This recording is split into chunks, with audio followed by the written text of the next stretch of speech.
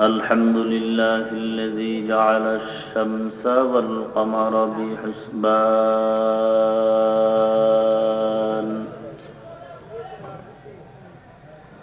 والنجم والشجر يسجدان وفضل زمانا على زمان كما فضل مكانا على مكان وإنسانا على إنسان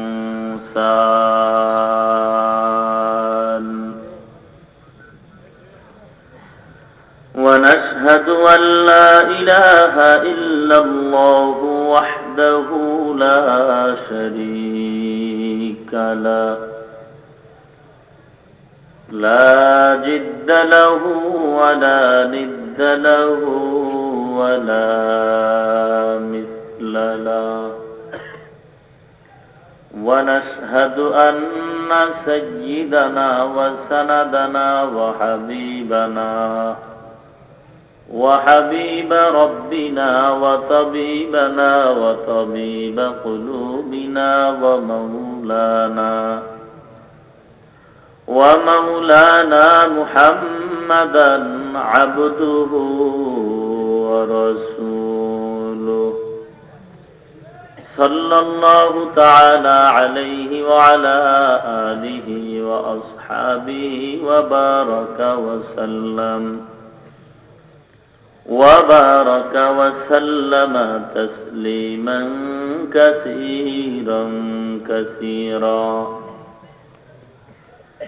الذي أرسله الله تعالى بالحق بشيرا ونذيرا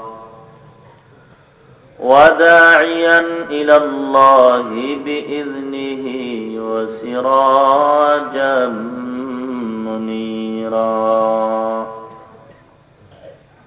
أما بعد فأعوذ بالله من الشيطان الرجيم بسم الله الرحمن الرحيم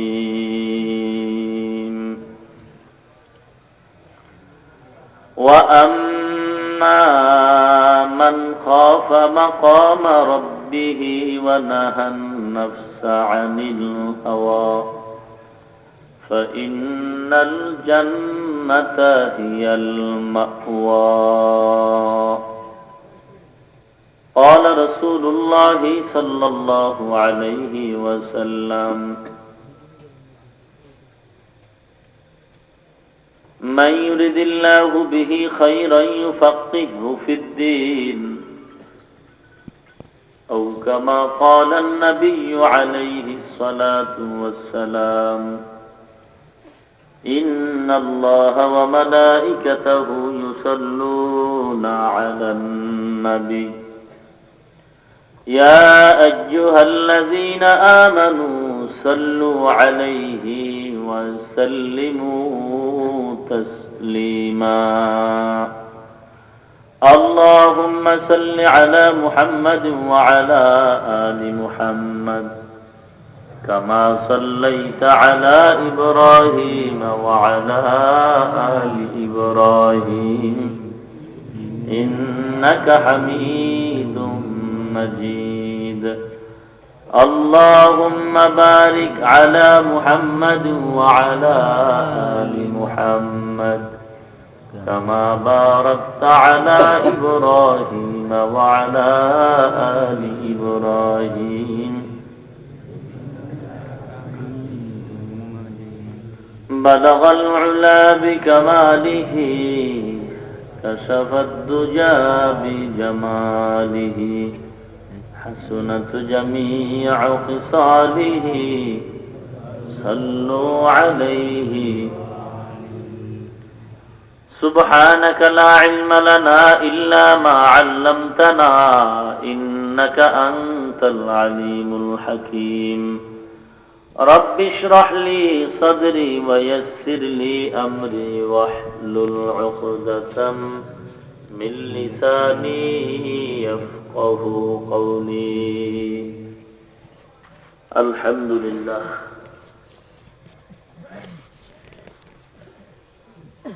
দেওকামতা পশ্চিমপাড়া বাইতুস সালাম জামে মসজিদ কর্তৃক আয়োজিত বাৎসরিক ওয়াজ ও দোয়ার মাহফিলে উপস্থিত মোহতারাম সম্মানিত সভাপতি মুআজ্জাজ মুকাররম হযরত উলামায়ে কেরাম, দূর দূরান্ত থেকে আগত আল্লাহ পাকের আশিকিন, জাকিরিন, শাকিরিন, মুহিব্বিন, মুরব্বিয়ান, আওয়াম, কলিজার টুকরা আমার সমবয়সী যুবক বন্ধুগণ, স্নেহের ছোট ভাই, পর্দার অন্তরালে অবস্থানরত শ্রদ্ধেয় সম্মানিতা মা ও বোনেরা, মহান স্রষ্টা দয়াময় আল্লাহ রাব্বুল আলামিনের দরবারে লাখো কোটি শুকর ও সুজুদ যে আল্লাহ রাব্বুল আলামিন অত্যন্ত দয়া ও মায়া করে ভালোবেসে মহাগ্রন্থ পবিত্র কুরআনুল কারীম ও মহাবাণী পবিত্র হাদিস শরীফের আলোকে ইহকাল জীবনে শান্তি, পরকাল জীবনে মুক্তির সন্ধানে বেহেশতের বাগান, জান্নাতের বাগান, উলামায়ে কেরামদের মজলিস, আশিকিন, জাকিরিন, শাকিরিনদের মজলিস তথা গুনাহ মাফের মজলিসে দুনিয়ার সমস্ত ঝামেলা থেকে হেফাজত করে 10 মায়ের 10 সন্তানকে আপন হয় একই জায়গায় জুড়ে মিলে বসার তৌফিক দান করলেন। এজন্য দয়াময় আল্লাহ রাব্বুল আলামিনের দরবারে অন্তরের অন্তরস্থল থেকে শুকর আদায় করি। মুসলমান হিসেবে ইমানের আওয়াজকে উঁচু করে এক আওয়াজে উচ্চ কণ্ঠে সকলেই কালেমাতুশ শুকর উচ্চারণ করি, আলহামদুলিল্লাহ। লক্ষ কোটি দরুদ ও সালাম বিশ্ব মানবতার কান্ডারি, বিশ্ব মানবতার মুক্তির দিশারি সৈয়দুল মুরসালিন, রহমাতুল লিল আলামিন, শফিউল মুজনিবিন, খাতামুন নবিয়্যিন, সৈয়দুস সাকালাইন, ইমামুল মুরসালিন, শফিউ আযম, রাসূল আকরাম, রহমত আলম, নবিয়ুল আরব ওয়াল আজম, হাবিব কিবরিয়া, আশরাফুল আম্বিয়া, সৈয়দুল আম্বিয়া, শফিউ মাহশর, সকিয়ে কৌসর, আকায়ে নামদার, মদিনাহ কা তাজদার হযরত মুহাম্মদুর রাসূলুল্লাহ সাল্লাল্লাহু আলাইহি ওয়াসাল্লামের উপর সর্বোপরি শুকর যে দীর্ঘ সময় আল্লাহ পাক আপনাদেরকে দ্বীনের এই মজলিসে আসা ও বসায় থাকার তৌফিক দিলেন। দ্বীনের নিসবতে আমাকেও বহু কষ্ট উপেক্ষা করে দ্বীনের মহব্বতে এখানে হাজির করে দিলেন। এজন্য আরেকবার শুকর আদায় করি, আলহামদুলিল্লাহ। আমি পবিত্র কুরআনুল কারীম থেকে এক টুকরা আয়াতে কারিমা তেলাওয়াত করেছি। বিশ্ব নবী, শেষ নবী, মহানবী, শ্রেষ্ঠ নবী, তার পবিত্র জবানের বাণী, অসংখ্য হাদিস থেকে একটি হাদিস আমি আপনাদের সামনে পড়েছি। রব্বুল আলামিনের দরবারে তৌফিক কামনা করি তেলাওয়াতকৃত আয়াতে কারিমা ও হাদিসে পাকের আলোকে হেদায়েতের উদ্দেশ্যে আমলের নিয়তে কিছু সময় ইখলাসের বিনিময়ে কিছু কথা বলার মতো তৌফিক আল্লাহ দান করেন। অন্তর খুলে সকলেই বলি আমিন। আপনাদেরকেও আমলের নিয়তে ধৈর্যের সাথে কথা শ্রবণ করার তৌফিক দান করুন। রাত্র 11টা বেজেই গেছে। 12টার সীমাবদ্ধতায় বয়ান চলবে ইনশাআল্লাহ। অধিক রাত্র বয়ান আমি করার পক্ষে না। যদি কেউ কষ্টে কেউ ভেড়া চাকায় ফালায় দেয় সেটা ভিন্ন ব্যাপার। তবে অধিক রাত্র বয়ান করলে উপকারের চেয়ে ক্ষতির দিকটা কিছুটা বেশি। বুঝেন নাই? কোন দৃষ্টান্ত, কোন উদাহরণের প্রয়োজন নাই। বলবেন উজানি তো সারা রাত হয়, এই কথা কেউ বলবেন কিয়াস এখানে করবেন, এটা উচিত না।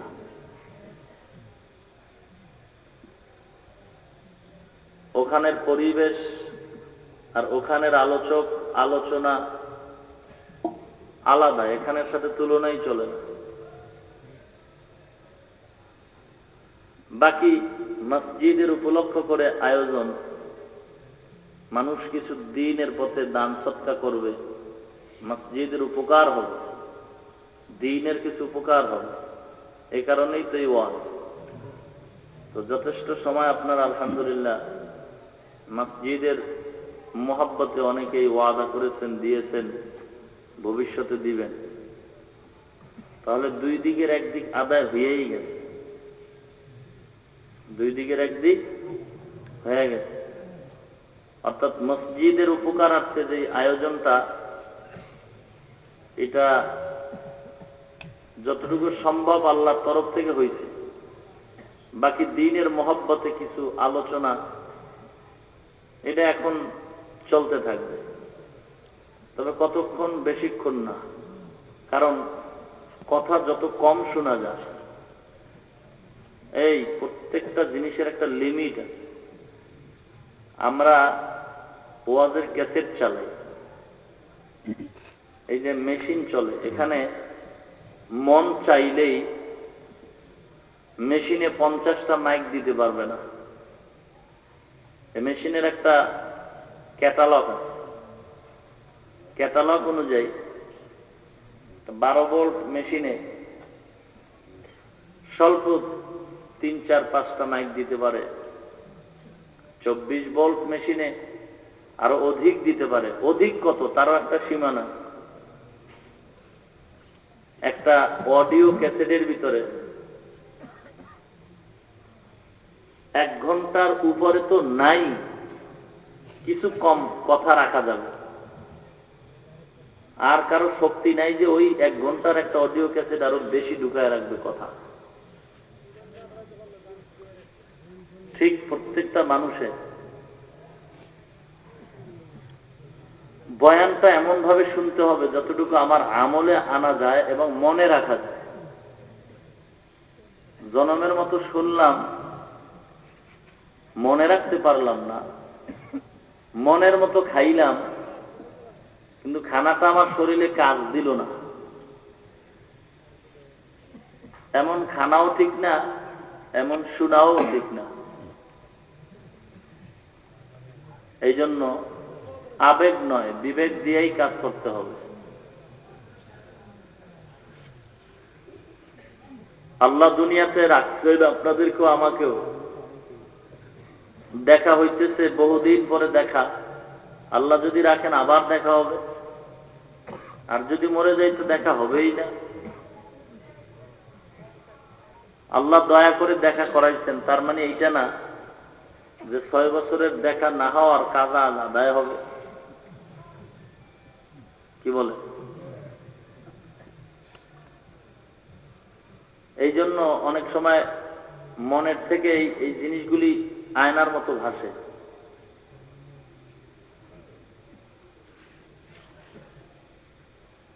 যে সমস্যা করে গেলেই কিছু বলাও যাবে না, বললেই ও সেদিন দেখলাম রাস্তা দিয়ে দৌড়ায়, এখন কত ধাম।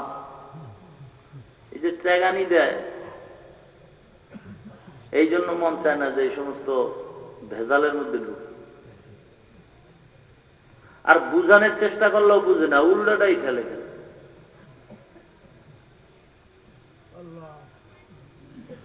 আপনারা ঘটনা জানেন, হাকিমুল উম্মাত আল্লামা আশরাফ আলী থানভী রহমাতুল্লাহ আলাইহির দরবারে এক লোক ওয়াজ শুনতে বৈশা আবার চলতেছে। জিজ্ঞাসা করে, বসলা আর উঠলা, ব্যাপার কি? বলে, আমার ওয়াজ তো হয়ে গেছে। আরে অনেক দিন, অনেক বছর পর্যন্ত এই দরবারে ঘুরি, ওয়াজ হয় না, তুই বসলা আর উঠলা, কি ওয়াজ হইল? বলে, আল্লাহর ওলির একটা কথাই যথেষ্ট জীবনের নাজাতের জন্য। সে কথাটা কি? বলে, আল্লাহর ওলি বলছেন, বাবা জীবনে কোনোদিন গুনাহ করবা না, নেকের কাজ ছাড়বা না। আর ওয়াজ দরকার আছে কি গণ? স্বাভাবিক হিন্দু, বৌদ্ধ, ইহুদি, খ্রিস্টান, গোটা মানব জাতির ভিতরে। আমাদের মুসলমান ধর্মে তো গুনাহ, এই গুনাহটার আবার ভাগ আছে মাকরু, তাহরিমি, তানজি, হারাম, সওয়াব। সওয়াবেরও ভাগ আছে সুন্নাত, মুআক্কাদা, মুস্তাহাব, ফরজ, ওয়াজিব। কিন্তু গোটা দুনিয়ার মানুষের ভিতরে সহজে এই কথাগুলি এতটুকুই বুঝে, ন্যায় আর অন্যায়। এই কথা দুইটা সব মানুষ বুঝে, হিন্দু, বৌদ্ধ, ইহুদি, খ্রিস্টান। ন্যায় আর অন্যায়। আর এই অন্যায় কাজগুলি দুই রকম। অন্যায় কাজ কত রকম?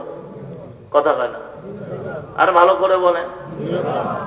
এই দুই রকম কাজকে আল্লাহ এক আয়াতে বলেন, ইন্নাস সালাতা তানহা আনিল ফাহশাই ওয়াল মুনকার। দুই রকম অন্যায় কাজ, একটা হলো ফাহশা আর একটা হলো মুনকার। একটা হলো ফাহশা, মুফাসসিরিন কেরাম লেখছেন ফাহশা আর মুনকার দুটোটা অন্যায় কাজ। তবে প্রথমটা হলো এমন অবৈধ অন্যায় কাজ যেই অন্যায়টা বুঝার জন্য, উপলব্ধি করার জন্য কোনো ফতোয়ার প্রয়োজন পড়ে না, কোনো মুফতি লাগে না, কোনো ইমাম লাগে না, নিজের বিবেক নামের মুফতি যথেষ্ট। এটা হলো ফাহশা, অন্যায়।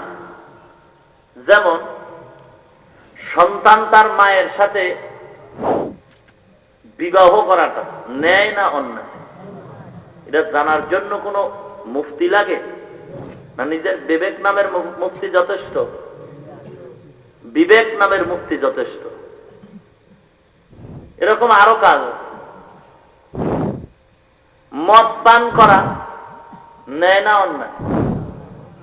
এটা কেমন অন্যায় বলে বিবেক নামের মুফতি যথেষ্ট। মদ পান করলে মানুষ তখন স্বাভাবিক জ্ঞানে থাকে না, উল্টা পাল্টা হয়। তার প্রমাণ কি? তার জবান থেকে বেরিয়ে আসে অকথ্য গালি। ভালো কথা, মদ পান করে কেউ ওয়াজ করে, গালি দেয়, বিবিকে মায়ের তুলনামূলক ব্যবহার করে। তো বিবেক বলতে সেটা খারাপ। বিবেক কি বলে? খারাপ। এই যে খারাপ কাজগুলি, অন্যায় কাজগুলি, অবৈধ কাজগুলি জানার জন্য মুফতির প্রয়োজন পড়ে না, বিবেক নামের মুফতি যথেষ্ট। এগুলি ফাহশা। আর মুনকার বলে এমন অবৈধ কাজ যেগুলির জন্য ফতোয়ার প্রয়োজন পড়ে মুফতিদের থেকে, কিতাবাদির মাসআলার মাধ্যমে।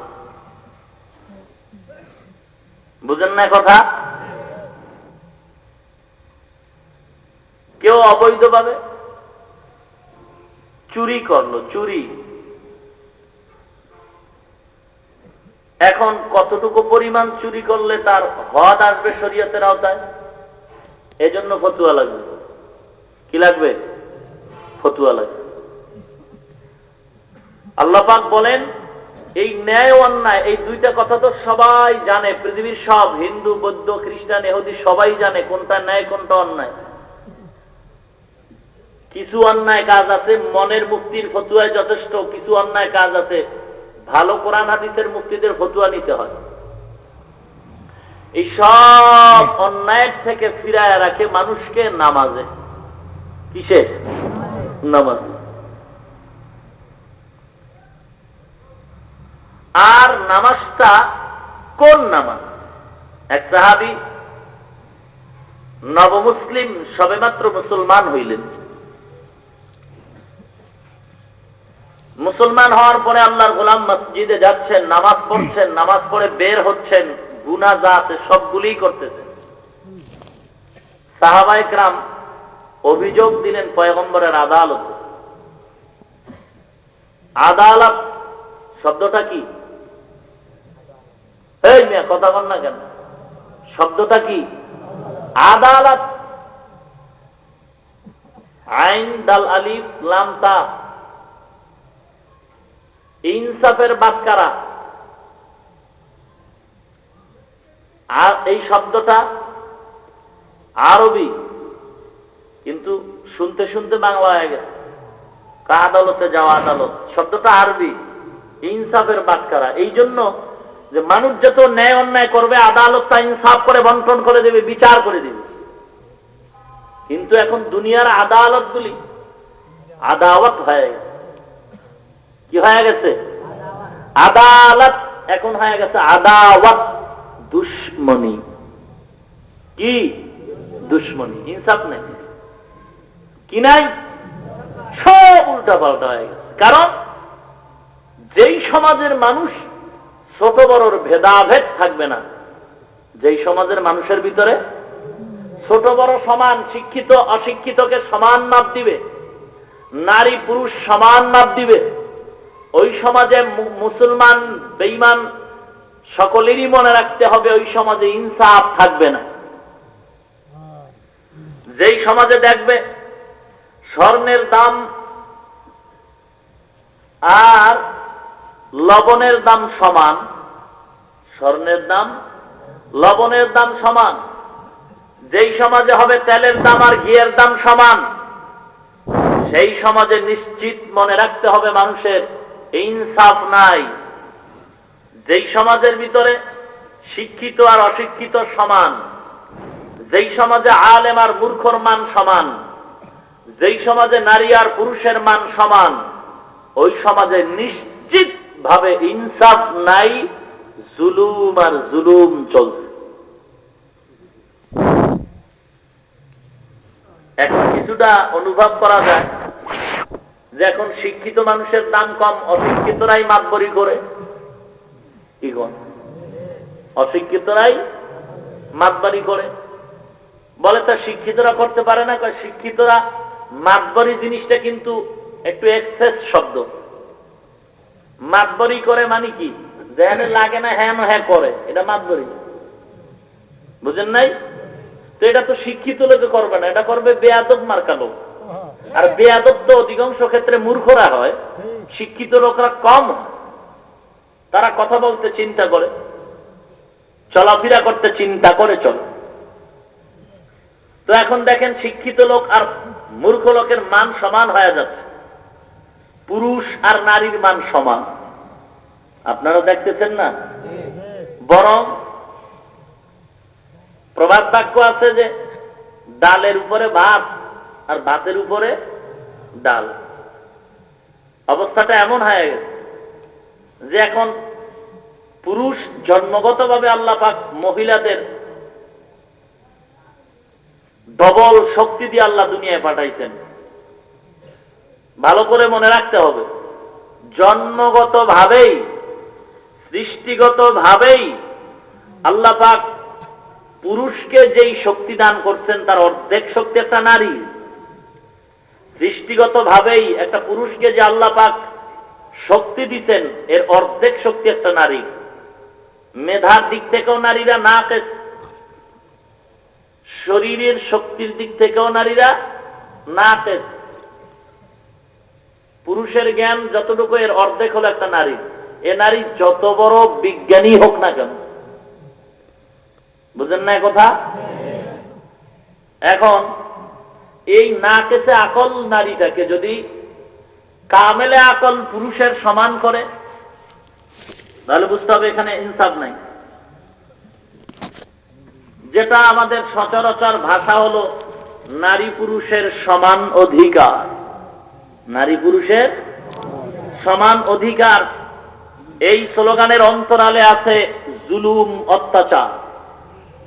এই স্লোগানের অন্তরালে কি আছে?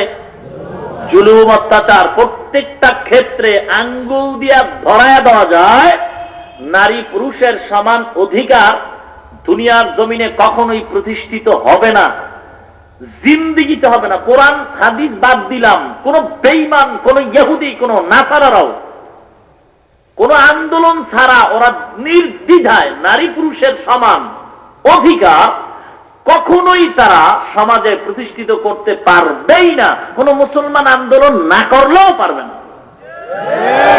কারণ সৃষ্টিগত ভাবেই এখানে ভেদাভেদ আছে। হ্যাঁ, সমান অধিকার কিছু ক্ষেত্রে করতে পারবে, সব ক্ষেত্রে না। কিছু ক্ষেত্রে করতে গিয়া হবে জুলুম। কি হবে? যেমন একটা মেয়েকে যদি কোনো যুবক ছেলে বিয়া করতে চায়, তাহলে মোহরের টাকা ধার্য করলে 1 লাখ। কত? 1 লক্ষ টাকা স্ত্রীর মোহর। এটা পাইল বিবি কার থেকে? স্বামীর থেকে। এটা একতরফা হয়ে গেল। কি হয়ে গেল? একতরফা। এখন এখানে যদি সমান অধিকার প্রতিষ্ঠিত করতে হয়, তাহলে এবার নারী কর্তৃক 1 লাখ টাকা যৌতুক দিতে হবে, তাহলে হবে সমান। ভিতরে আছে এর এই স্লোগানটার মধ্যেই হলো জুলুম, অত্যাচার। নারী স্বামীর থেকে 1 লক্ষ টাকা মোহরের টাকা পাবে, এটা তার অধিকার। আর পুরুষ শ্বশুর বাড়ির থেকে বিবির কর্তৃক জুলুমের মাধ্যমে 1 লক্ষ টাকা নিবে। সমান অধিকার ঠিক, স্লোগান চলবে, কিন্তু হবে জুলুম। কি হবে? জুলুম। নারী পুরুষের সমান অধিকার হতে পারে না। এই বেটা, নারী পুরুষ কখনো সমান হতে পারে না। শিক্ষিত অশিক্ষিত সমান হতে পারে না। জ্ঞানী আর মূর্খ কখনো সমান হতে পারে না। আলেম বে আলেম সমান হতে পারে না। পারে কি? শুনুন তাহলে আল্লামা থানভী রহমাতুল্লাহ আলাইহির একটা চমৎকার উদাহরণ। পীর খাদেম চলছে, এক সফরে রওনা হয়ে গেছে। যাচ্ছে কত দূর? এমন এক এলাকায় গিয়ে শুনতেছে এলাকার তেলের দাম ঘিয়ের দাম সমান। তেলের দাম ঘিয়ের দাম সমান। শোনার পরে মুরিদ বলে, আমি এতই চিকন, মা বাবা ঠিক মতো খানা দিতে পারে নাই, তো আমি যদি এই সুযোগে ঘি খেতে পারি অল্প খরচে, তাহলে স্বল্প দিনেই হয়ে যাব, আমি ফ্যাট মোটা হয়।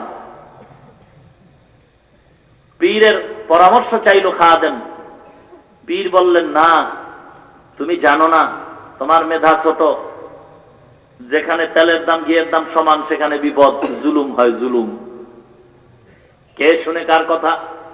বাস্তবতাই সে বিশ্বাসী। নাস্তিকরা বলে, যারে দেখি না তারে মানিও না। বাস্তববাদীরা অধিকাংশ সময় নাস্তিক হয়ে যায়। আল্লাহ, পীরের কথা খাদেম মানতে চাইল না। আল্লাহ নবী বলে, যখন তুমি মানবাই না, তো থাকো, তোমার পথে থাকো তুমি, আমি চলে যাই। পীর চলে গেলেন। খাদেম ওই শহরে রয়ে ঘি খাওয়া শুরু করলো। তেলের দামে ঘি পাওয়া যায়, তেলের দাম ঘিয়ের দাম সমানে খাইয়া এখন হাঁটতে বড় কষ্ট হয়। এমন মোটাই হইছে যে 2 মোটা বলে এক জায়গায় শুয়ে আছে। শুয়ে আছে, ফট করে এক মোটার গায়ের উপরে পড়লো একটা বড়ই। বড়ই কয় না? তো আর এক পার্শ্বের লোক বলতেছে, ভাই, আমার পেটের উপরে বড়ইটা পড়ে আছে, তোর হাতটা দিয়ে আমার মুখের ভিতরে ঢুকা। বলে, না, তুই তো আমার উপকার করিস নে, আমি তোর উপকার করব কেন? বলে, কি? বলে, এই যে 2-3 মিনিট আগে আমার পেটের উপরে যে কুতুব শাহ প্রস্রাব করে দিল, তুই তো ফিরাই দিলি না, তো আমি তোর উপকার করব কেন? এদিকে হয়ে গেল এক দুর্ঘটনা। 2 চোর চুরি করতে ঢুকলো এক বাড়ি। চতুর্পার্শ্বে দেওয়াল, দেওয়ালের নিচ থেকে শীত খুদে মাটি খনন করে ঢুকতে আরম্ভ করলো। এক চোর ঢুকেই পড়লো, আর এক চোর ঢুকতে না ঢুকতেই দেওয়াল ভেঙ্গে কাঁধের উপরে পড়ে ওখানে ফুল ডেড হয়ে গেছে। দ্বিতীয় চোর মেজাজ গরম করে চুরির গুষ্টি গিলে আগে বিচার করে লই, দেওয়ালটারে নরম বানাইলো কেন? চলে গেল আদালত। কোথায়? আদালত। কিন্তু ওটা ছিল আদাওয়াত। সেখানে ইনসাফের কোন স্লোগান নাই। আদালতে গিয়া বাড়িওয়ালার বিরুদ্ধে মামলা। মহামান্য আদালত, বিচার করতে হবে। আমরা 2 চোর ঢুকলাম চুরি করার জন্য ভাইজানের বাড়ি।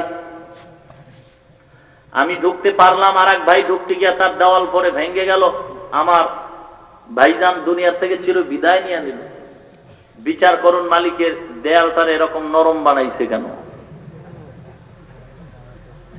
আদালত তলব করলো, বাড়িওয়ালাকে হাজির করো আমার আদালত। হ্যাঁ, বাড়িওয়ালা হাজির হয়ে গেল। জিজ্ঞেস করে, এই তোমার বিরুদ্ধে এক মামলা দায়ের হয়েছে, তোমার বাড়ির চতুর্পার্শ্বের দেয়ালটা তুমি এরকম নরম করে উঠাইলা কেন, দুর্বল করে উঠাইলা কেন, যে কারণে চোর মারা গেল। এবার মার্ডারের বিচার হবে তোমার ফাঁসি।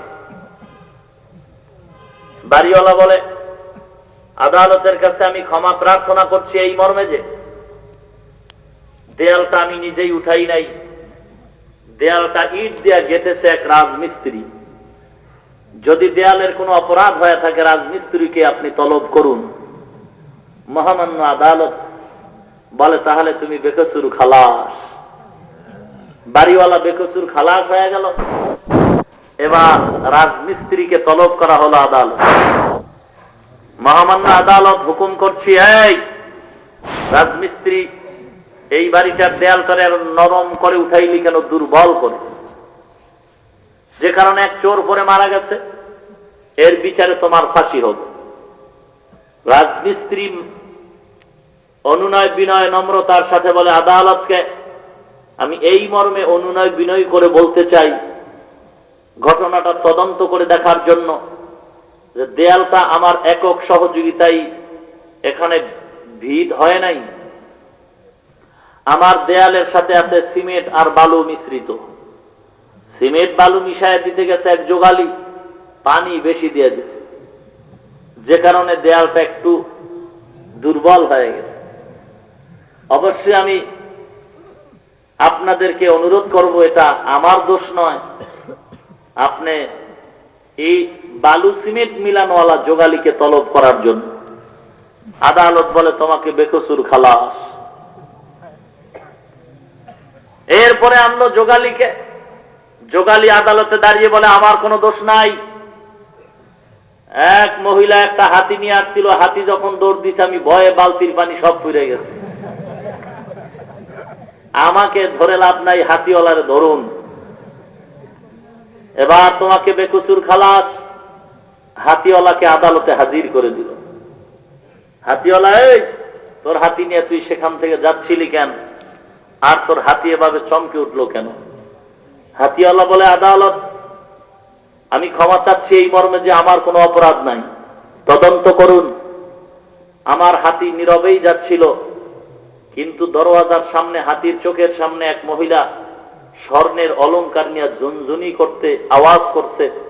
আমার হাতির মেজাজ গরম হয়ে গেছে, তো আমাকে মাফ করুন, মহিলাকেই ধরুন, কেন সে হাতের অলংকার গুলি একটু ঝরঝন করলো।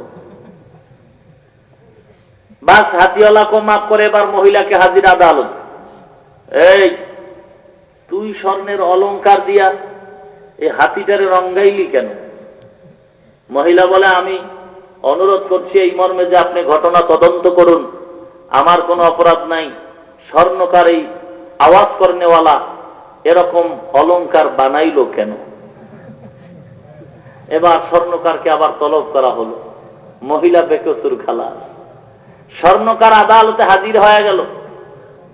এবার স্বর্ণকারের কোনো জবাব নাই।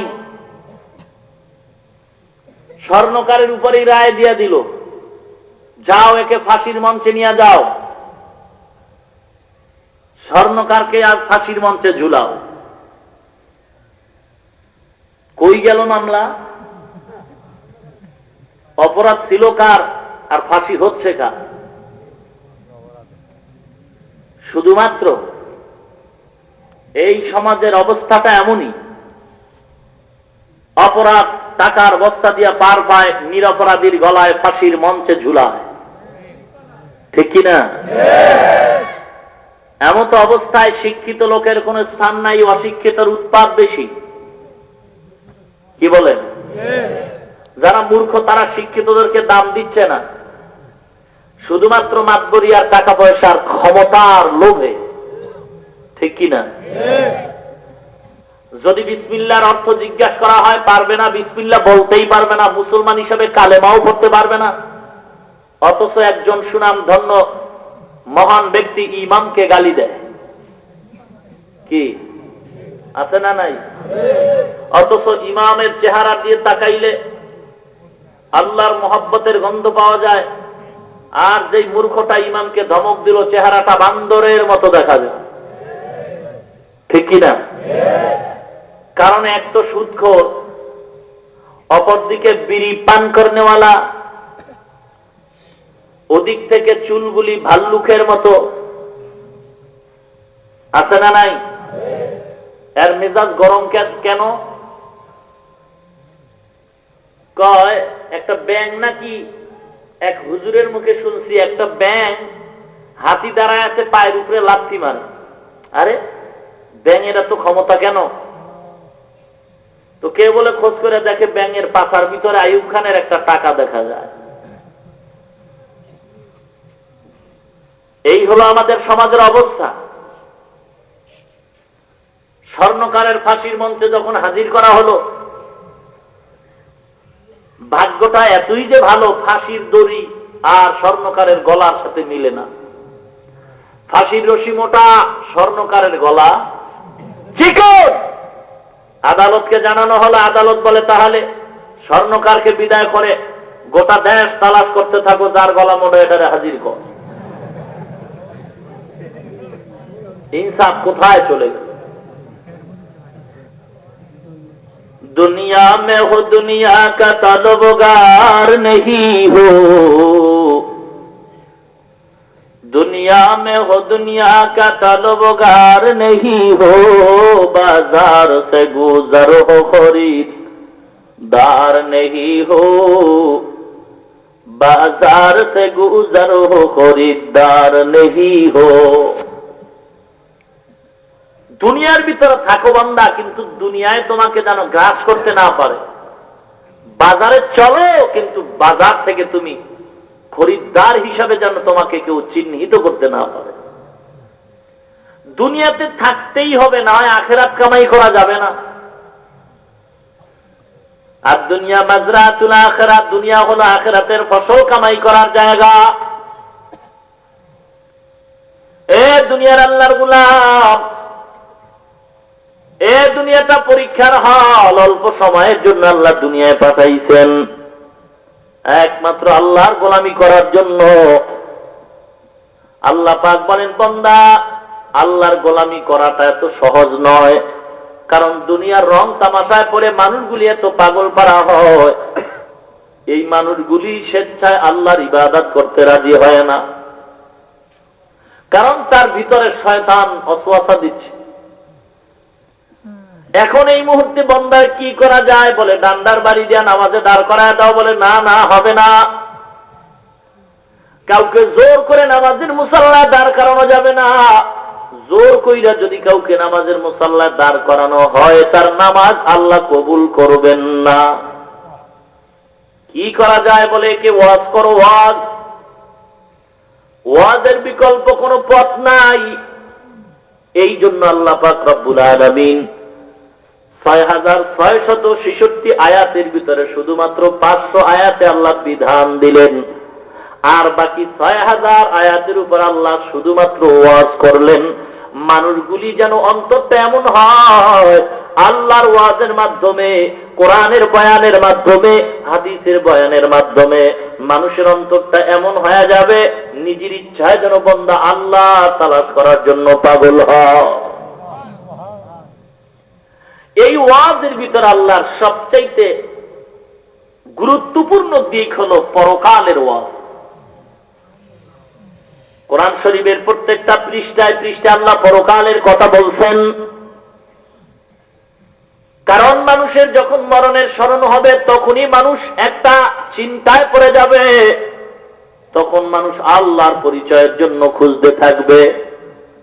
আরে আমার আব্বাই চলে গেছে, আমার বাবাই নাই, আমার মা নাই, আমার আত্মীয় স্বজন কেউ নাই, আমিও বোধহয় থাকবো না। গত রাত্রে একই জায়গায় বসে একই টেবিলে খানা খাইলাম, চা পান করলাম, গল্প করলাম, ফজরের নামাজের আগে ঘুমাইলাম, ঘুমের থেকে উঠা খবর শুনলাম না জানি আমার বন্ধু দুনিয়া থেকে চলে গেল। ফজরের সময় মা সন্তানদের নিয়ে একত্রে নাস্তা করেছে। নাস্তা করার পরে নামাজের আজানের পর পর লঞ্চ ঘাটে এসে দাঁড়ায় গেল।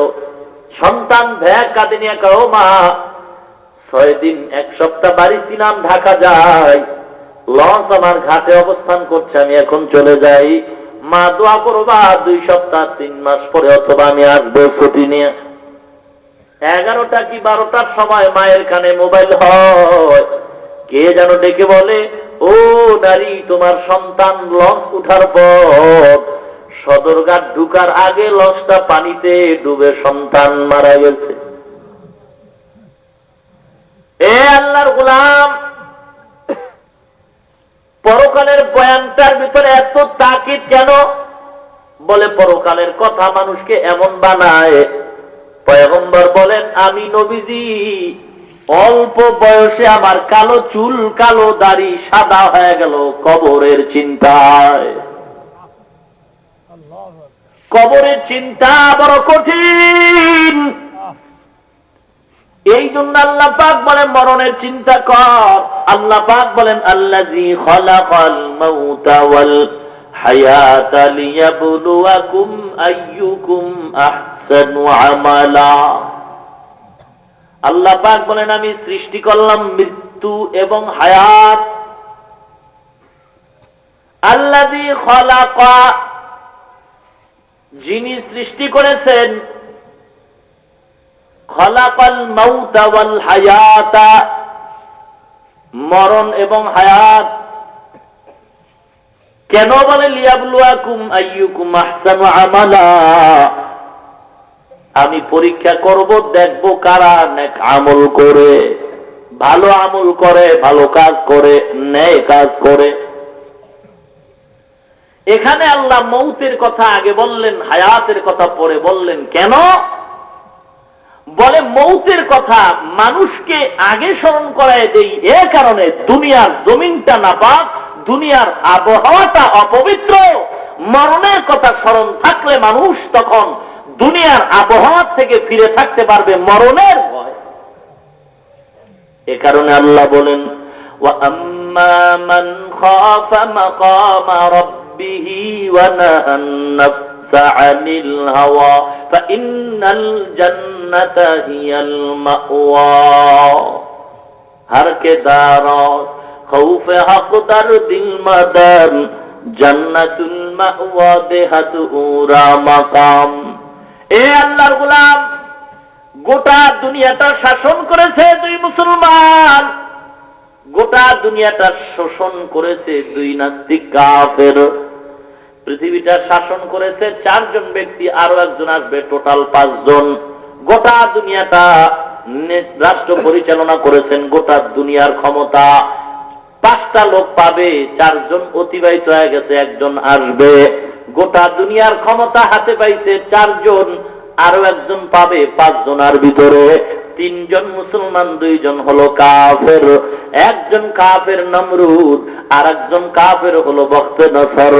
আর মুসলমানের ভিতরে একজন হলেন সুলাইমান পয়গম্বর, আর একজন হলেন বাদশা যুলকারনাইন, আর একজন আসতেছেন ইমাম মাহদী আলাইহিস সালাম। এই বাদশা যুলকারনাইনের একমাত্র জীবন চলার মেডিসিন ছিল হাওয়া, বাতাস। আল্লাহ বাতাস তার গোলাম বানায় দিয়েছে। বাতাসে না গায়ে পয়গম্বর সুলাইমানও যা বলতেন পলকে তা হয়ে যাইত। যুলকারনাইন বাতাসের মাধ্যমে দুনিয়াটা ভ্রমণ করেছে।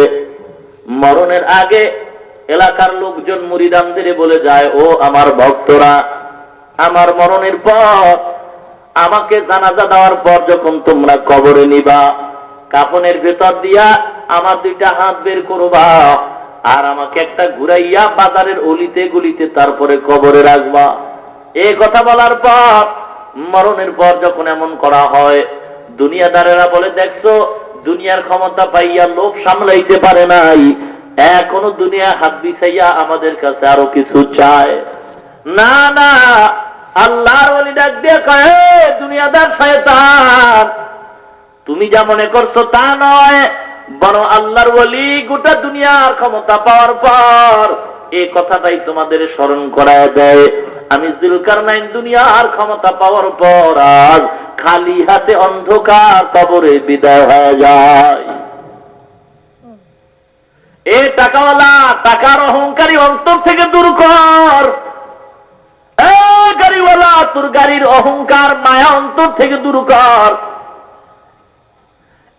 তুই তুই যত বড় গাড়িওয়ালা হও, বাড়িওয়ালা হও, তোর পাজারু গাড়ি দিয়া তোর লাশটারে কবরে নিবে না, বরং রিক্সাওয়ালার লাশটা যেই খাটে কবরে নেওয়া হয়, এ পাজারু গাড়ির মালিক, বিল্ডিং এর মালিক, তোমার লাশটাও ওই খাটে কবরে নেওয়া হবে। তোমাকেও 3টা কাপড় দেওয়া হবে, তোমার ওই বাড়ির পাশে রিক্সাওয়ালারাও 3টা কাপড়। এ মুসলমান, আল্লাহর গোলাম, অহংকার করিও না।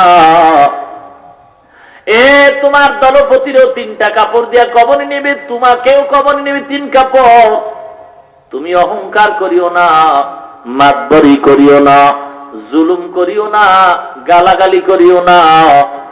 অন্তরটারে নরম করো, মরণের কথা স্মরণ করো। আল্লাহ পাক বলেন, পরকালের চিন্তা করিয়া যে আল্লাহর গোলাম আমাকে ভয় করবে আর গুনাহ ছাড়বে, নেকের কাজ করবে, আমি আল্লাহ জান্নাতের উচ্চ মাকাম, জান্নাতুল মাওয়ার মেহমান বানায় দিব। এ আল্লাহর গোলাম, ওয়াজ তো জীবনে কম শুরু নাই। প্রত্যেকটা দিন এই জমিনের ভিতরে ওয়াজ হয়। আপনাদের উজানির জমিনে কত বড় বড় বড় বড় আলেম ওলামারা বয়ান করেন। শুধু তাই নয়, আশেপাশে ওয়াজের কোনো অভাব নাই। প্রত্যেকটা দিন ওয়াজ শুনছেন, আমল কি করলেন?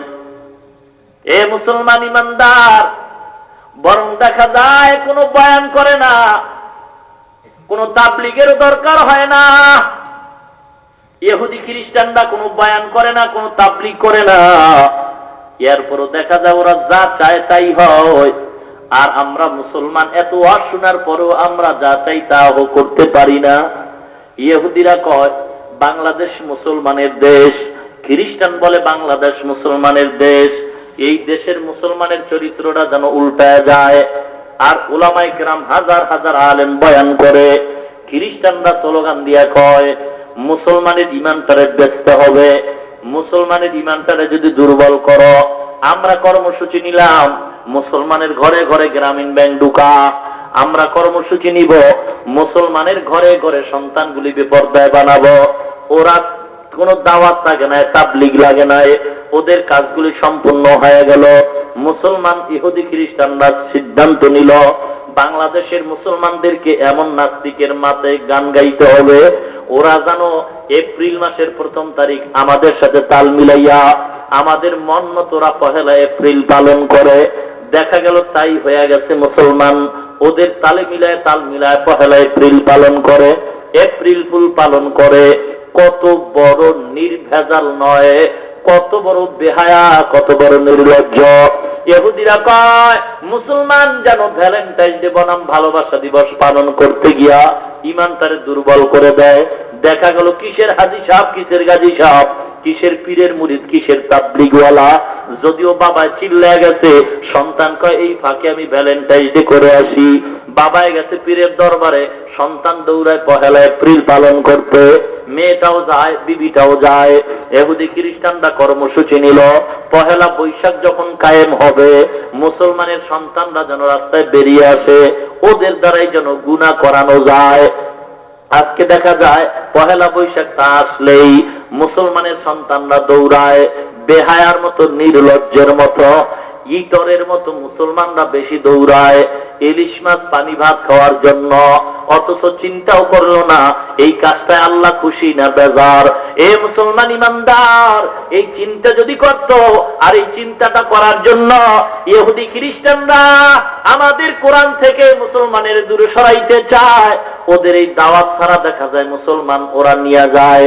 আর আমরা এত চেষ্টা করি, এত ওয়াজের মাধ্যমে তাবলীগওয়ালারা চেষ্টা করে মুসলমান যেন ইহুদির গোলাম না হয়, পীর সাহেবরা চেষ্টা করে মুসলমান যেন খ্রিস্টানের গোলাম না হয়, এ ওলামায়ে কেরাম চেষ্টা করে মুসলমান যেন ইহুদির গোলামি না করে, এ মুসলমান পীর সাহেবরা চেষ্টা করে, জুমার দিন খতিব সাহেব বয়ানের মাধ্যমে চেষ্টা করেন মুসলমান যেন 1 বৈশাখ পালন না করে, মুসলমান যেন উলামায়ে কেরাম চেষ্টা করে মুসলমান যেন কখনো ভ্যালেন্টাইন ডে পালন না করে, মুসলমান যেন কখনো 1 এপ্রিল পালন না করে। কারণটা কি? এটা চিন্তাও মুসলমান করে না। বরং টুপিওয়ালারা যদি বাধা দেয়, মুসলমান ইহুদি খ্রিস্টানদের পচা পায়খানা খাইয়া ওদের তালে তাল মিলে স্লোগান দেয়, হুজুর হলো আমগো দুশমন। ঠিক কিনা? এবার চিন্তা করেন কত বড় নাম্বার ছাড়া বেহায়া, অসভ্য, বেয়াদব। লজ্জাদার নাই, ও ল্যাংটা হতেও দ্বিধাবোধ করে না। ঠিক কিনা? ও মায়ের সামনেও যা, বিবির সামনেও তা। বেহায়ার আর কি বুঝানো যায়? এ আল্লাহর গোলাম, ভালো কথা বলার পরেও এগুলি শুনতেও চায় না, কারণ অন্তরটা শয়তানের অন্তর হয়ে গেছে। আল্লাহর নবী বলেন, ক্বালা রাসূলুল্লাহি সাল্লাল্লাহু আলাইহি ওয়াসাল্লাম, আশ-শাইতানু জাসিমুন আলা কলবি বানি আদম, ফাইযা যাকারাল্লাহ ফানাসা ওয়া ইযা গাফালা ওয়াসওয়াস। পয়গম্বর বলেন, প্রত্যেকটা মানুষের অন্তরে শয়তান বসে আছে। বান্দা যখন আল্লাহর স্মরণ করে শয়তান দূর হয়, বান্দা যখন আল্লাহর স্মরণ বাদ দেয় শয়তান তার অন্তরে বসে যায়। দিল জু খালি ইয়াদ হক সে আয়ে যাওয়া, খানায়ে শয়তান হায়ো দিল বেগুমা। এই মুসলমান বান্দা, আপনারা দেখেন এখানে বসছেন, ওয়াজের প্যান্ডেলে যারা বসতে পেরেছেন, যারা এখানে আসতে পারে নাই মাইকের আওয়াজ দূরে বয়ে শুনতেছে, আপনারা এখানে বসছেন, একটা চাটাইও ভালো পান নাই, বিছনাটা দিয়ে তাকাইলে মনে হয় ধুলা বালুর অভাব নাই, এগুলি জাইরা মুইসা তারপরে বসেছেন, কোন চিন্তাও ভাবনা করেন নাই। আর যারা ঘরের মধ্যে বিছনায় শুয়ে শুনে, আপনারা আর ঘরওয়ালারা সমান হতে পারে না। আপনার ফজিলত তার মাইকের আওয়াজ দূরে বয়ে যারা বয়ান শুনে তাদের ফজিলত সমান হবে না। এ মুসলমান আল্লাহর গোলাম, যেই ব্যক্তি মিষ্টি মুখে দিয়া খায় আর একজনে মিষ্টি ও দূরে বয়ে অনুভব করে, কখনো সমান হতে পারে না। এই মুসলমান, আপনার এখানে বলছেন, শয়তান কিন্তু আপনাদের অন্তরে এখন নাই, শয়তান দূরবর্তী জায়গায় দাঁড়িয়ে আছে। এই লোকটারে কেমন করে ধোঁকা দিয়ে সরানো যায়? এই আল্লাহর গোলাম, এখানে আপনারা বলছেন আপনাদের দিলটা বড় নরম। এখন আপনাদের দিল নরম, যদি কোরআনের কথা শুনতে হয়, কোরআনের কথায় কথা দিলটা নরম হয়, চোখ নরম হয়, মনটা এমন হয়ে গেছে যে আর গুনাহ করব না। এখান থেকে বের হওয়ার পর শয়তান অন্তরের ভিতরে ধোঁকা দেওয়া শুরু করবে। এ হুজুরেরা তো বহু কথাই কয়, তোর বয়স মাত্র কয়েকদিন, এখনো তোর দিন সামনে বাকি রয়েছে, মাত্র 30 বছর, মাত্র 25 বছর। এ জুয়ানেরও তো একটা ভাবসাব আছে, যৌবনের তো চাহিদা আছে। এ হুজুরেরাও তো যৌবনের সময় কত কিছু করলো, এ তোর এখনো সময় হয় নাই।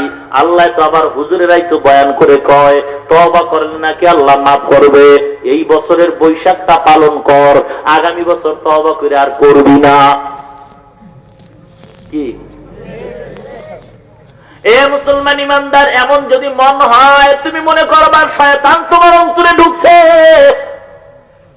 এ আল্লাহর গোলাম, এই অবস্থায় যদি কবরে যাও, শয়তান তোমাকে জাহান্নামে নিবে, জান্নাত অসম্ভব হবে না। এই জন্য পায়ে হাত দিয়া বলে, যুবক, তুমি তাকায় দেখো, তোমার মতো এলাকার কত যুবকরা 5 ওয়াক্ত নামাজে মসজিদে যায়, হঠাৎ করে দোকানে চা খাইতে বসছো, কিছুক্ষণ কথায় মগ্ন হয়ে গেছো, ফট করে তাকায় দেখো তোমার পাশে আব্দুর রহমান নাই। কি ব্যাপার? কই গেল কই গেল? দোকানদার কয়, ভাই তুমি দেখো নাই, আজান হয়ে গেছে, তোমার বন্ধু নামাজে গেছে। কি ব্যাপার? আমারে বইলা গেল না। তুমি এবার আরেকটু চা পান করো, আরেকটু গল্প করো। বন্ধু নামাজ পড়া তোমার পাশে আইসা বসছে, আবার গল্প জড়ায় দিলা, আবার তুমি হাঁটতেছো, গল্প করতেছো, হঠাৎ করিয়া তোমাকে একটা ধাঁধায় ফেলায় বন্ধু নামাজে গেছে। তুমি তাকায় দেখো বন্ধু কই, বলে তো নামাজ পড়তে গেছে। আবার তুমি বসে রইলা। এ বান্দা, তোমার বন্ধু তোমার সাথে বন্ধুত্ব ঠিক রাইখা 2-3 ওয়াক্ত নামাজ পড়া রাত্রে ঘুমায়, আর তুমি দোকানের এই আড্ডায় লিপ্ত হয়ে তুমিও ঘুমায় গেছো। তোমার ঘুমটা তোমার বন্ধুর ঘুমটা কিন্তু সমান নয়। তোমার বন্ধু ঘুমায় যদি মারা যায় জান্নাতে যাবে, আর তুমি ঘুমায় মারা গেলে জাহান্নামে যাবা। এই জন্য আমি তো সব সময় বলি, ও মানুষ একটু চিন্তা করো, চিন্তা করার সময় পাও না।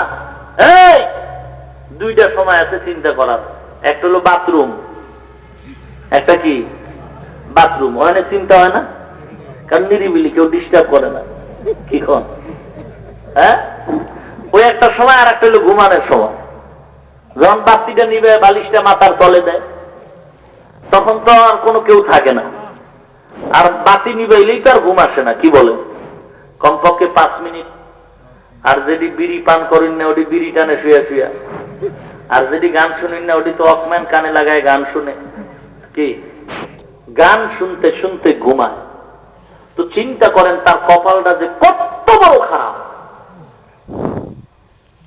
গান শুনতে শুনতে ঘুমায়, তার কিসমত কত খারাপ। আর এক গোলাম রাত্রিবেলা ঘুমাইতে গেছে, এমন সময় আল্লাহর জিকির চালু করিয়া দিছে। ওয়াজের থেকে আজকে একটা সবক পাইছে। ঘুমাইতে ঘুমাইতে হুজুর বলছে জিকির করবা। ঘুমাইতে ঘুমাইতে আমার ইমাম সাহেব বলছে দুরূদ শরীফ পড়া ঘুমাবা। সবাই শুনছে, তবে একটা যুবক আমল করে। এ যুবক ভাই, পায়ে হাত দিয়া বলে যাই, আমিও তো আপনার মতো একটা যুবক সন্তান। সমাজের যুবক যেই দিকে যাবে, সমাজটাও সেদিকেই যাবে। যেই সমাজের যুবক নামাজি, ওই সমাজটা ভালো। যেই সমাজের যুবক ভালো, ওই সমাজের সমাজটাই ভালো। এ যুবক ভাই, অনুরোধ করি, ঘুমানোর সময় 1 মিনিট চিন্তা করবা। এ কত মানুষ তো ঘুমের ঘরেও মারা যায়। আমি যদি ঘুমের ঘরে মারা যাই, আমার উপায় কি হবে? এ দুনিয়ার কত আশা, কত ভরসা। ঘুমের ঘরে মারা যায়, কি উপায় হবে? আমি তো প্রায় সময় ঘটনাটা বলি। আমি যে নামাজ পড়াই বাগদাতে, বর্তমানে এই মুসলমানের পার্শ্বে এক এলাকায় তালতলা, যার নাম, মিরপুরের মধ্যে, এই জুমার বয়ানে এক যুবক দাড়ির ওয়াদা করেছে। ওয়াদা করে বলছে আর দাড়ি আমি ফালাবো না। রমজানের প্রথম দিকে দাড়ি রাখার ওয়াদা করলো। রমজানের 20-এর মধ্যে তার দাড়িটা পুরাই গাল ভরে গেল। ও গুলশানে একটা ক্লিনিকের ম্যানেজার। যুবকটার বাড়ি হলো বগুড়ায়। এ যুবক দাড়ি রেখা ম্যানেজারগিরি করে, ক্লিনিকের মধ্যে যায়। মালিক হলো একটা মুসলমান, স্ত্রী হলো আমেরিকার মাইয়া খ্রিস্টান। এ স্বামী ম্যানেজারের গালের মধ্যে দাড়ি দেখে মেজাজ গরম হয়ে গেছে। এ ম্যানেজার ক্লিনিকে যাওয়ার পর অন্যান্য কর্মচারীদেরকে নামাজ পড়ার হুকুম দেয়। যখন দেখছে ম্যানেজার নামাজের কথা কয়, তখন যুবকরা একটু নামাজ পড়ে। 1 ওয়াক্ত না পড়লেও 2 ওয়াক্ত পড়ে, 2 ওয়াক্ত না পড়লে 3 ওয়াক্ত পড়ে। পড়ার একটা অভ্যাস হয়ে গেল। মালিক চিন্তা করিয়া বলে, এ সাবধান, তুই দাড়িটা ফালাই আসবি, না হয় তোরে কিন্তু রাখা হবে না। এবার ম্যানেজার বলে, ও ভাই, আপনি আমাকে রাখেন আর না রাখেন, আমি নবীজির কলিজায় দাড়ি কামায় আঘাত দিতে পারি না। এ সবার কপালে কিন্তু হেদায়েত আসবে না, সবাই কিন্তু জান্নাত পাবে না। ইয়া তো আজ হয়। এ মুসলমান, ধান জমিনের ভিতরে লাগাইছো, কত ধান, কিন্তু সবটার মধ্যে চাউল নাই। গাছ লাগাইছো আম গাছ, কিন্তু সব আম ভালো নয়। কাঁঠাল কিন্তু সব ভালো না। মুসলমান দাবি করলেই জান্নাত পাওয়া যাবে না, হেদায়েত সবার কপালে হবে না। যেই বান্দা আল্লাহর কাছে হেদায়েত চাবে, তাকে আল্লাহ হেদায়েত দান করবে। মালিক যখন হুঁশিয়ারি সংকেত দিল, তোমার সামনে কিন্তু ঈদ, দাড়ি না কামাইলে তোমারে বোনাসও দিব না, বেতনও দিব না। কর্মচারীদের নামাজ পড়া বন্ধ করায় দিল। ঠিক সবে বরাত, সবে কদরের 1 দিন আগে সব কর্মচারীদের বেতন বোনাস দিয়া দিছে। ওই ম্যানেজারটাকে বেতনও দেয় না, বোনাসও দেয় না। ওই ছেলেটা আমার কাছে গিয়া বলল, হুজুর, আমার অবস্থাটা এই।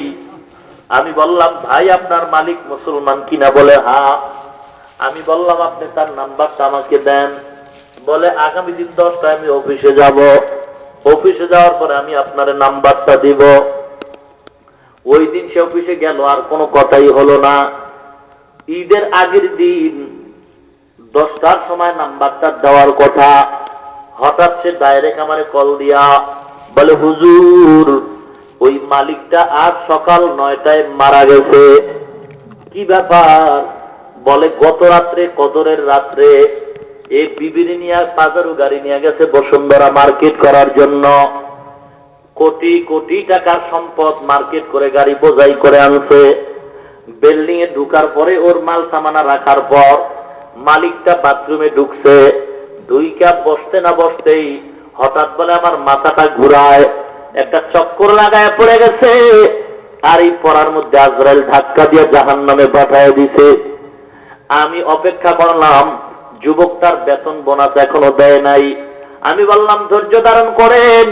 এই যুবক ওই লোকটার লাশটা নিয়ে চলে গেল কুমিল্লা মুরাদনগর এলাকায়।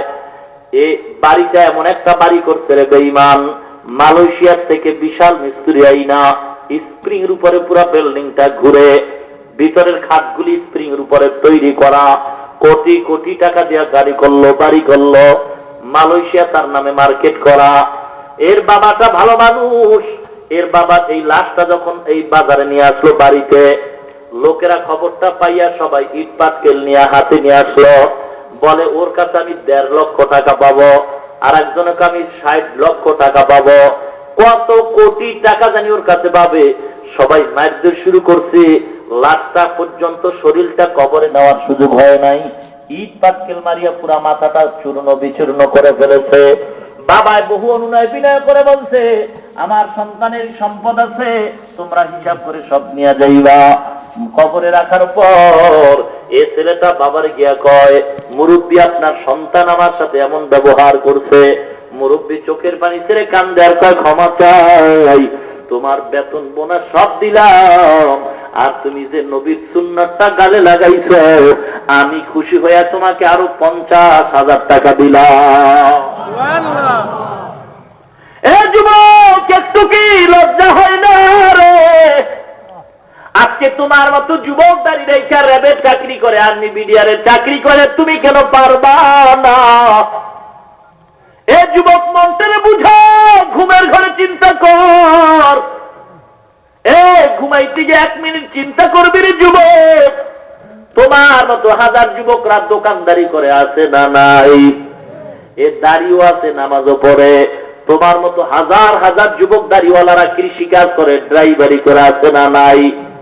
এ যুবক, তোমার মতো হাজার যুবক ব্যবসা করে, হাজার হাজার যুবক দাড়িওয়ালা অভাব নাই।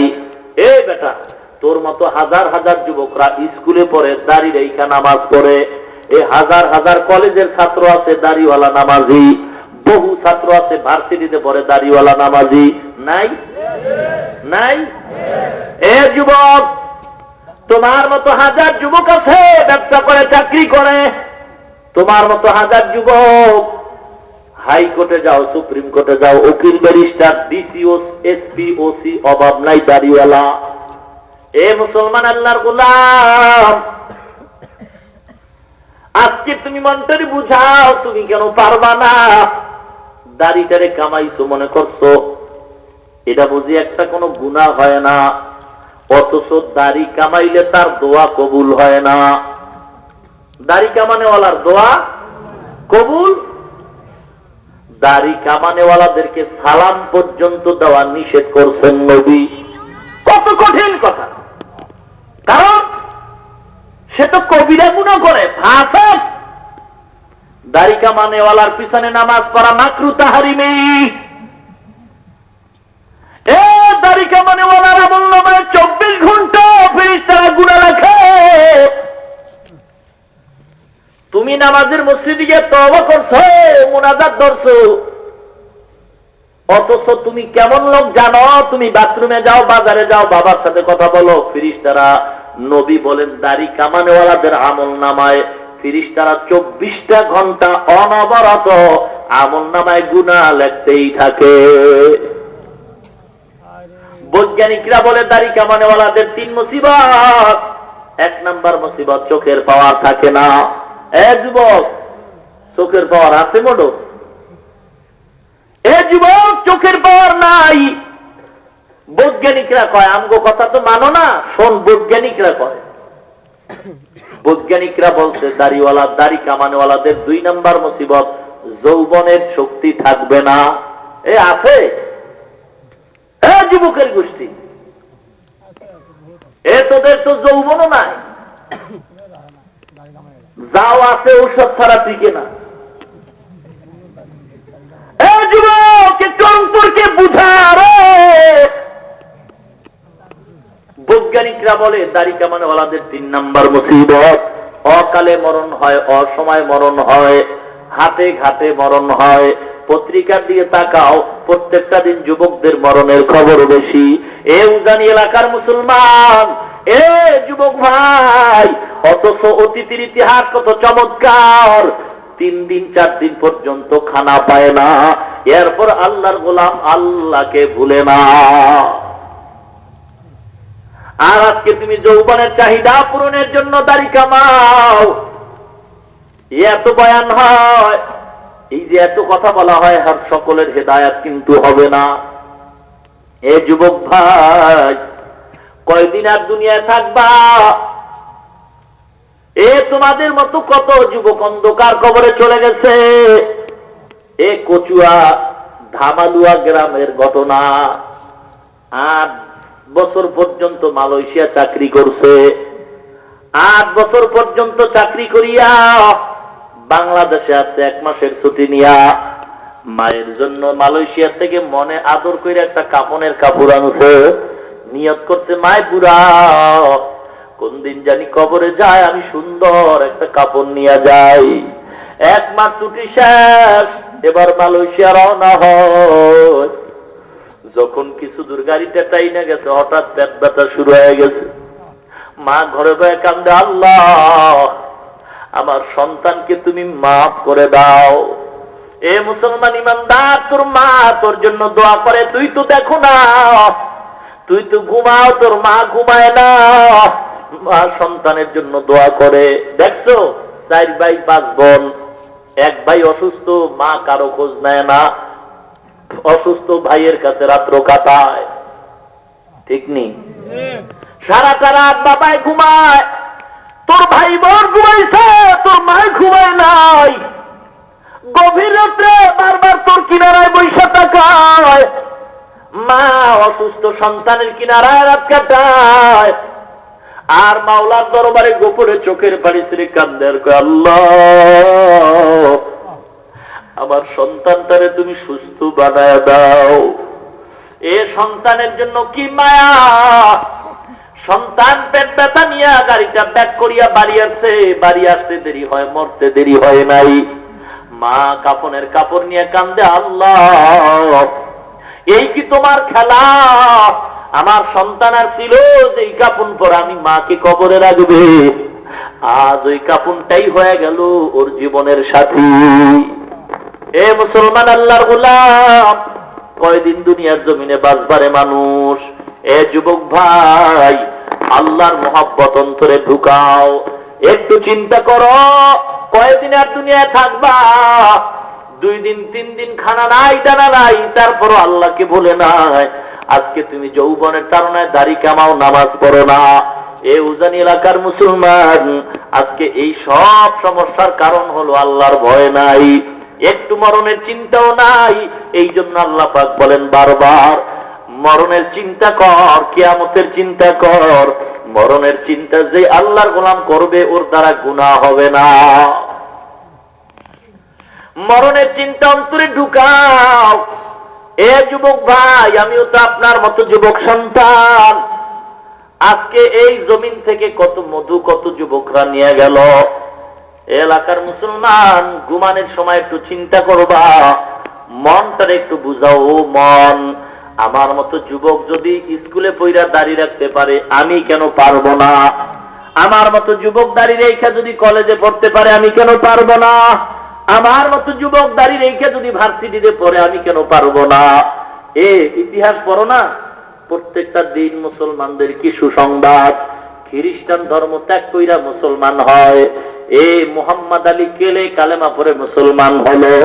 এ মুসলমান শেখ আহমদ দিদার কালেমা পড়ে মুসলমান হয়। ভারতের একজন পণ্ডিত শিব শক্তি মহারাজ কালেমা পড়ে মুসলমান হলো, হাজার হাজার হিন্দু মুসলমান হয়, হাজার হাজার খ্রিস্টানরা মুসলমান হয়। আমেরিকার জমিনের ইতিহাস তাকাও, এ মুসলমান তুমি কেন পারবা না? আজকে তুমি ইহুদি খ্রিস্টানদের পিছনে কেন দৌড়াও? আল্লাহকে তুমি কি বিশ্বাস করো না? আল্লাহর দেওয়া সম্পদকে তুমি কি নিয়ামত মনে করো না? এ যুবক রে, তোমার বোনের বয়স 30 বছর, তোমার বয়স 24 বছর, একই মায়ের সন্তান, তোমার বোন বড়, তুমি ছোট। তোমার বোনের গালে দাড়ি নাই, তোমার গালে দাড়ি। আল্লাহ মনে হয় অন্যায় করেছেন? হ্যাঁ? এ যুবক, তুমি এই প্রশ্নের জবাবটা আমাকে দাও। তোমার একই মায়ের সন্তান, তোমার বোনের বয়স 30 বছর, একই মায়ের গর্ভে আসছো, তুমি ভাইয়ের বয়স 25। তোমার গালে দাঁড়িয়ে আছে, তোমার বোনের গালে দাঁড়িয়ে নাই। বলো আল্লাহ অন্যায় করছেন? তাহলে তুমি দাড়িটারে কেন কামাইছো? নবী যে কষ্ট পায় তুমি কি বুঝো না? আমার নবী মদিনায় এসে তোমার দিকে তাকায় কাঁদতেছে,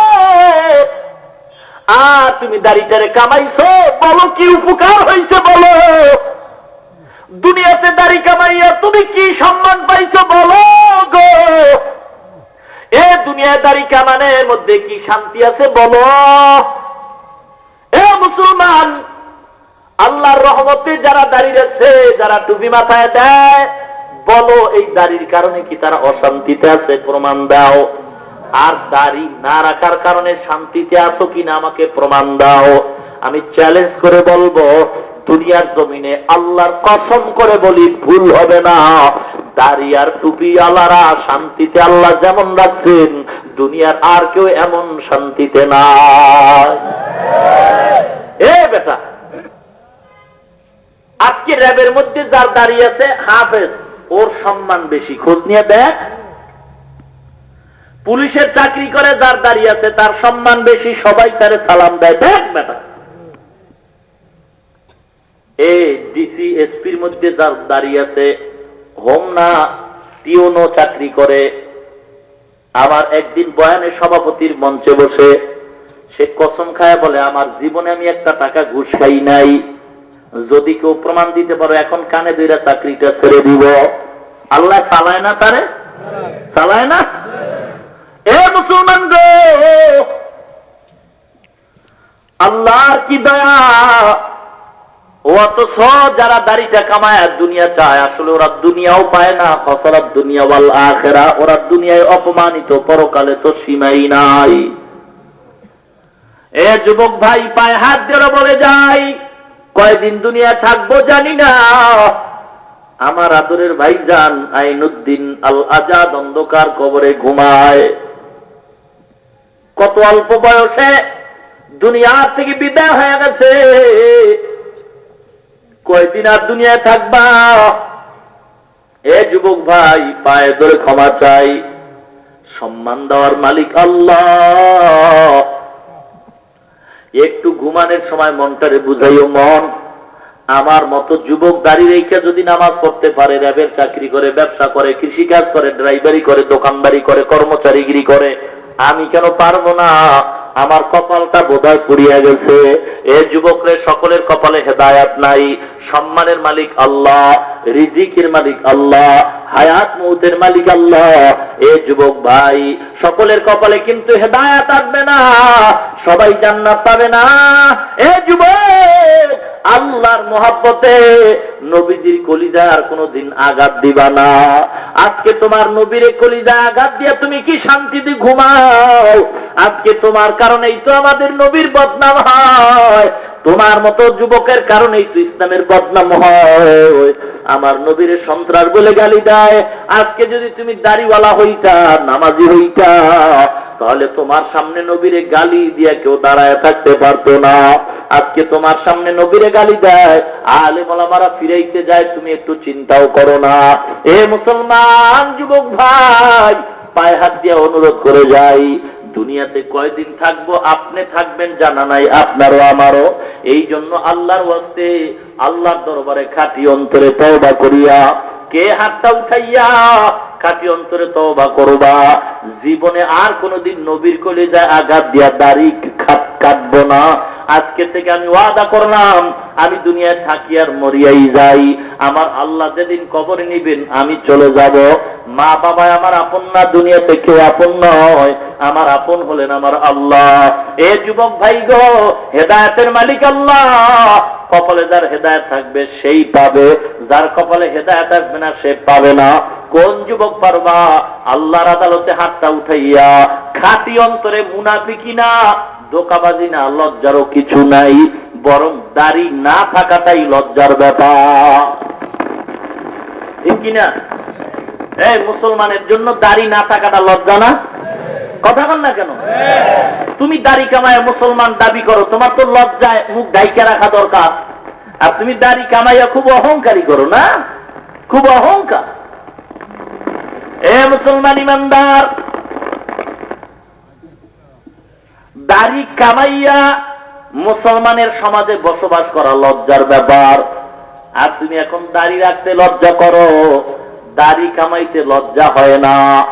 এ মুসলমান, তোমার ইমান দুর্বল হয়ে গেছে, আল্লাহর ভয় নাই, পরকালের চিন্তা নাই। কে পারবা?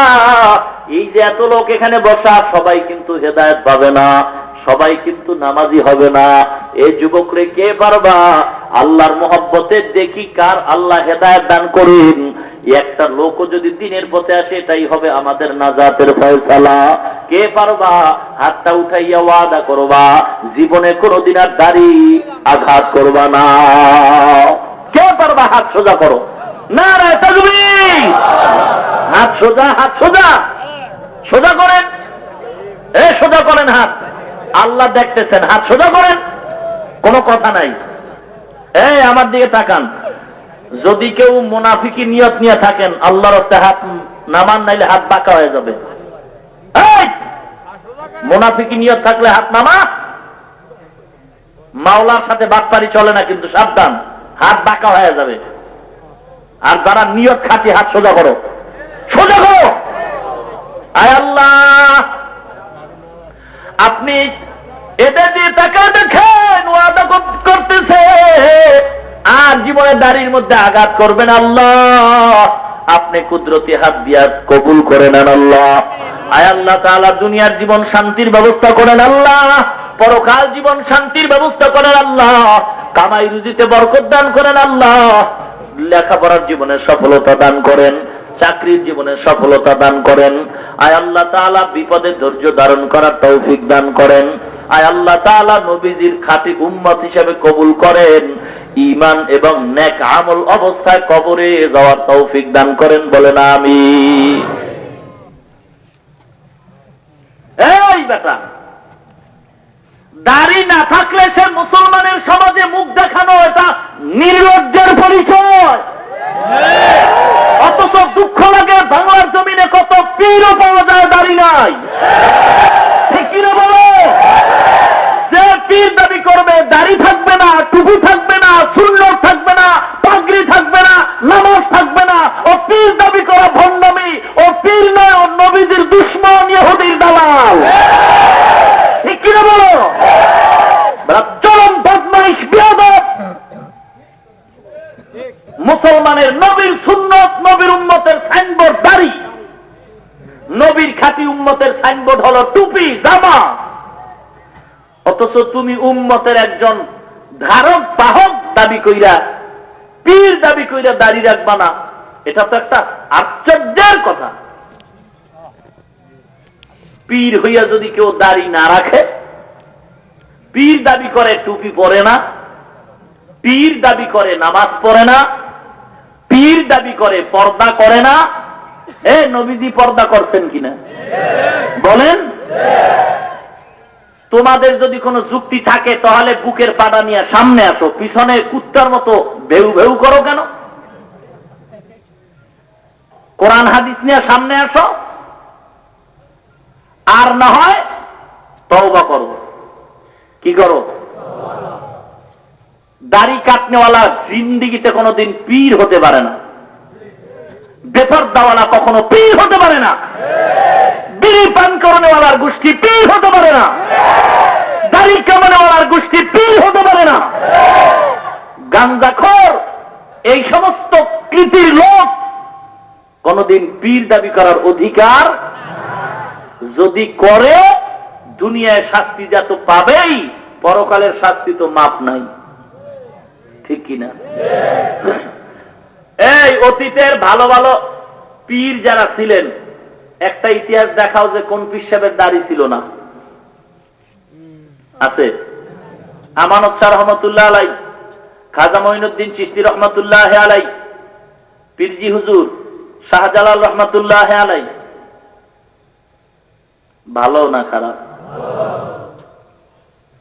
এই ভন্ডের গোষ্ঠীর জিজ্ঞেন যে শাহজালাল ভালো না খারাপ, কথা কয় না।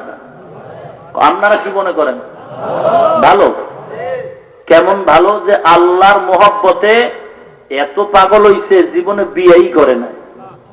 আর তুই কুত্তা, একটা বদমাইশ, তুই বিয়া কইরা বউ থিয়া তুই মুরিদের বউ লইয়া টানো, কত বড় বেঈমান, লুচ্চা। তোর যদি যৌবনের বেশি চাহিদা থাকে তুই বিয়া আরো কর, মুরিদের বউ টানো, গায়ে বদমাইশ। মহিলাদেরকে মুরিদ বানানো জায়েজ আছে? আছে, আছে। এই যে বাঙালির অবস্থাটা দেখছেন, ফট করে কি মুফতি হয়ে গেছে, চিন্তা করছে কত বড় মুফতি বয়ে রয়েছে, অথচ থতমায় দাড়ি নেই। নবীজি মহিলাদেরকে মুরিদ বানাইছেন এবং মহিলাদেরকে মুরিদ হওয়া জায়েজ আছে, কিন্তু পর্দার আড়ালে। পিসাবের বাড়ি যাইতে পারবো না, বুঝেন নাই?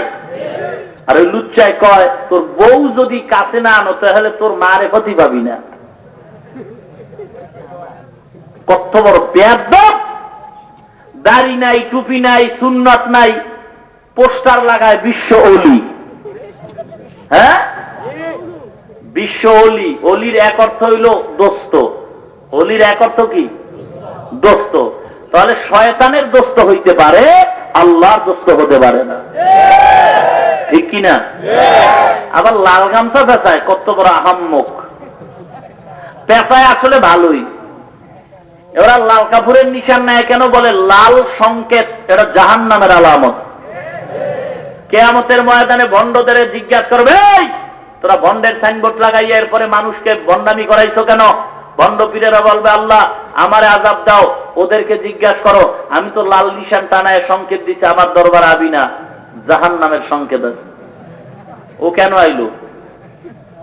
ওরে জিগাও।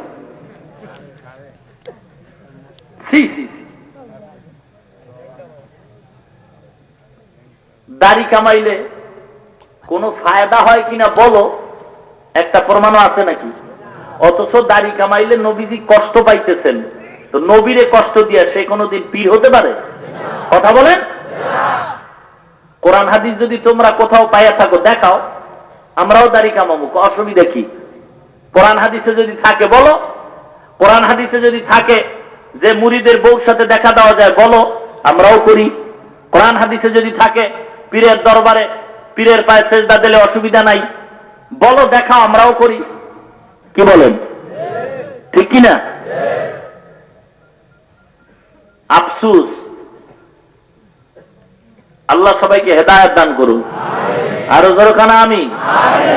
আমাদের সাথে কোনো দুশ্মনী নাই, আমরা হেদায়েতের দোয়া করি, আহ্বান করি সঠিক পথে আসার জন্য।